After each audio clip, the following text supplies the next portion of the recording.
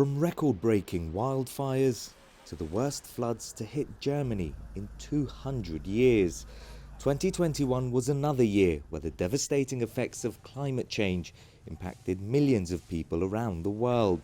Against that backdrop, almost all of the countries on the planet met here in Scotland to try and agree on a way to save Earth. When the UK took on the COP presidency, less than 30% of the global economy was covered by a net zero target. That figure is now 80% and climbing. The main goal in Glasgow was to limit global temperature rises this century to 1.5 degrees Celsius, but there were many stumbling blocks, not least the clear division between rich nations and poorer ones. Many developing countries wanted more financial help from those that have historically contributed more to climate change.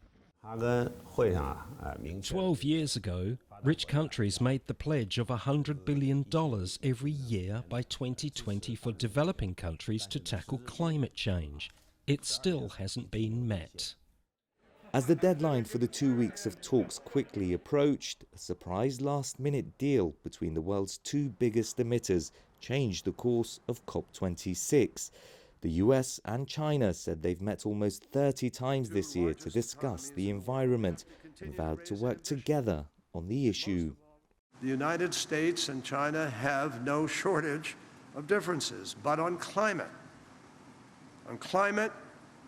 cooperation is the only way to get this job done. This is not a discretionary thing, frankly. This is science. It's math and physics that dictate the road that we have to travel.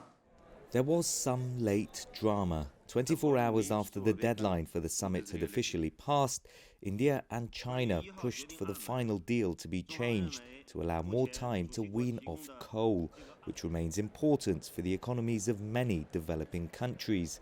Exhausted, overwhelmed, emotional, the president of COP26 announcing a deal had finally been reached. At the start of this summit, the world was asking, quite rightly, do the parties assembled here in Glasgow have the courage to rise to the scale of the challenge? Well, my friends, you have responded. We have responded. Many climate activists welcomed the deal but said it didn't go far enough. Even with the pledges made here, scientists say the world is on course to warm by 2.4 degrees Celsius, and those most at risk still worried about the deadly effects. The deal reached here in Scotland left many nations unhappy, but with so many competing interests, any agreement could be good news for the planet. There was also a realisation that much more ambition will be needed.